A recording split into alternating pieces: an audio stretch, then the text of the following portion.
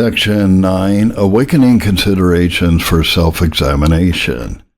We come now to mention some things in order to convince those who, upon self-examination, find they do live in some way of sin, of the importance of their knowing and amending their manner of life. You have had directions laid before you how to find out whether you do live in a way of sin or not, and you have heard many particulars mentioned as proper subjects for your examination of yourselves. How then do you find things? Do you find yourselves clear of living in any way of sin? I mean not whether you find yourself clear of sin, that is not expected of any of you. For there is not a man upon earth that doeth good and sinneth not, 1 Kings 8:46. But is there not some way of sin in which you live, which is your stated way or practice? There are doubtless some who are clear in this manner, some who are undefiled in the way and do no iniquity, Psalm 119, 1-3. Let your own conscience answer how you find with respect to yourselves by those things which have been proposed to you. Do you not find that you are guilty? That you live in a way of sin and have allowed yourselves in it? If this be the case, then consider the following things. If you have been long seeking salvation and have not yet succeeded, it may be this has been the cause. You have perhaps wondered what has been the matter, that you have been so long a time under concern about your salvation, that you have taken so much pains and all seems to be to no purpose. You have many a time cried earnestly to God, yet he does not regard you. Others obtain comfort, but you are left in darkness. But is it any wonder at all if you have lived in some way of sin all this while? If you have lived in any sinful way, this is sufficient reason why all your prayers and all your pains have been blasted. If all this while you have lived in some sinful way, so far have you failed of seeking salvation in the right way. The right way of seeking salvation is to seek it in the diligent performance of all duties, and in the denial of all ungodliness. If there be any one member that is corrupt, and you cut it not off, there is danger that it will carry you to hell, Matthew 5:29-30. Number two, if grace has not been flourishing, but on the contrary in languishing circumstances in your soul, perhaps this is the cause. The way to grow in grace is to walk in the way of obedience to all the commands of God, to be very thorough in the practice of religion. Grace will flourish in the hearts of those who live in this manner. But if you live in some way of sin, that will be like some secret disease at your vitals, which will keep you poor, weak, and languishing. One way of sin lived in will wonderfully keep you down in your spiritual prosperity, and in the growth and strength of grace in your hearts. It will grieve the Holy Spirit of God and will in a great measure banish him from you. This will prevent the good influence of the word and ordinances of God to the cause and of grace to flourish in you. It will be a great obstacle to their good effect. It will be like an ulcer within man, which while it remains will keep him weak and lean, though you feed him with ever so wholesome food or feast him ever so daintily. Number three, if you have been left to fall into great sin, perhaps this is the occasion of it. If you have been left greatly to wound your own souls, perhaps this is what made way for it, that you allowed yourselves in some way of sin. A man who does not avoid every sin and is not universally obedient cannot be well guarded against great sins. The sin in which he lives will be always an inlet, an open door by which Satan from time to time will find entrance. It is like a breach in your fortress through which the enemy may get in and find his way to you greatly to hurt and wound you. If there be any way of sin which is retained as an outlet to corruption, it will be like a breach in a dam, which if it be let alone and be not stopped will grow bigger and wider, and will endanger the whole. If any way of sin be lived in, it will be like Gideon's ephod, which was a snare to him and his house. Number four, if you live very much in spiritual darkness and without the comfortable presence of God, it may be this is the cause. If you complain to have but little sweet communion with God, that you seem to be left and deserted of God, that God seems to hide his face from you, and but seldom gives you the sweet views of his glory and grace, that you seem to be left very much to grope in darkness and to wander in a wilderness. Perhaps you have wondered what is the matter. You have cried to God often that you have the light of his countenance, but he hears you not, and you have sorrowful days and nights upon this account. But if you have found, by what has been said, that you live in some way of sin, it is very probable that it is the cause. That is the root of your mischief.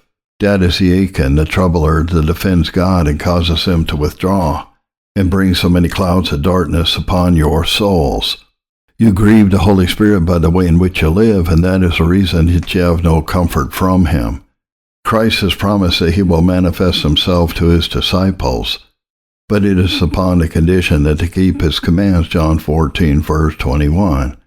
He that has my commandments and keeps them, he it is that loves me, and he that loves me shall be loved of my Father, and I will love him and will manifest myself to him.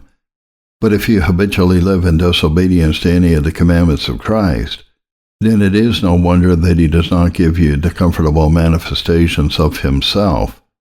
The way to receive the special favors of God and to enjoy comfortable communion with him is to walk closely with him. Number 5, if you have been long doubting about your condition, perhaps this is the cause. If persons be converted, the most likely way to have the evidences of it is cleared, and to have the Spirit of God witnessing with our spirits that we are the children of God is to walk closely with God. This, as we have observed already, is a way to have grace and a flourishing state in the soul. It is a way to have the habits of grace strengthened and the exercises of it lively. And the more lively the exercises of grace are, the more likely will they be to be seen. Besides, this is a way to have God manifesting himself to us as our Father and our friend, to have the manifestations and inward testimonies of his love and favor. But if you live in some way of sin, it is no wonder that greatly darkens your evidences, as he keeps down the exercises of grace and hides the light of God's countenance. And it may be that you never will come to a comfortable resolution of that point, whether you be converted or not, until you shall have wholly forsaken the way of sin in which you live. Number 6, if you have met with the frowns of providence, perhaps this has been the cause. When you have met with very sore rebukes and chastisements, that way of sin has probably been your troubler. Sometimes God is exceedingly awful in his dealings with his own people in this world for their sins. Moses and Aaron were not suffered to enter into Canaan because they believed not God and spake unadvisedly with their lips at the waters of Meribah. And how terrible was God in his dealings with David. What affliction in his family did he send upon him? One of his sons ravishing his sister, another murdering his brother, and having expelled his father out of his kingdom openly in the sight of all Israel, and in the sight of the son, defiling his father's concubines at the top of the house, and at last coming to a miserable end. Immediately after this followed the rebellion of Sheba, and he had this uncomfortable circumstance attending the end of his life, that he saw another of his sons usurping the crown. How awfully did God deal with Eli for living in the sin of not restraining his children from wickedness. He killed his 2 sons in one day, brought a violent death upon Eli himself, took the ark from him and sent it into captivity, cursed his house forever, and swore that the iniquity of his house should not be purged with sacrifice and offering forever, that the priesthood should be taken from him and given to another family, and that there should never be an old man in his family. Is not some way of sin in which you live the occasion of the frowns and rebukes of providence, which you have met with? True, it is not the proper business of your neighbors to judge you with respect to the events of providence, but you yourselves ought to inquire whether God is continued with you, Job 9, verse 10. Number 7, if death be terrible to you, perhaps this is the foundation of it. When you think of dying, you find you shrink back at the thought. When you have any illness, or when there is anything which seems any way to threaten life, you find you are affrighted by it. The thoughts of dying and going into eternity are awful to you, and that although you entertain a hope that you are converted, if you live in some way of sin, probably this is very much the foundation of it. This keeps your mind sensual and worldly and hinders the lively sense of heaven and heavenly enjoyments. This keeps grace low and prevents that relish of heavenly enjoyment which otherwise you would have. This prevents your having a comfortable sense of the divine favor and presence. And without that, no wonder you cannot look death in the face without terror. The way to have the prospect of death comfortable And to have undisturbed peace and quiet when we encounter death is to walk closely with God, and to be undefiled in the way of obedience to the commands of God. And that it is otherwise sometimes with truly godly persons is doubtless frequently owing to their living in ways displeasing to God. Number 8. If you find by these things which have been proposed to you, that you have lived in a way of sin, consider that if you henceforward live in the same way, you will live in known sin, whether in time past it has been known sin or not. Though you may have before this lived in it through ignorance or inadvertence, yet if now you be sensible of it, henceforward, if you continue in it still, it will not be a sin of ignorance, but you will be proved to be of that class of men who live in ways of known sin.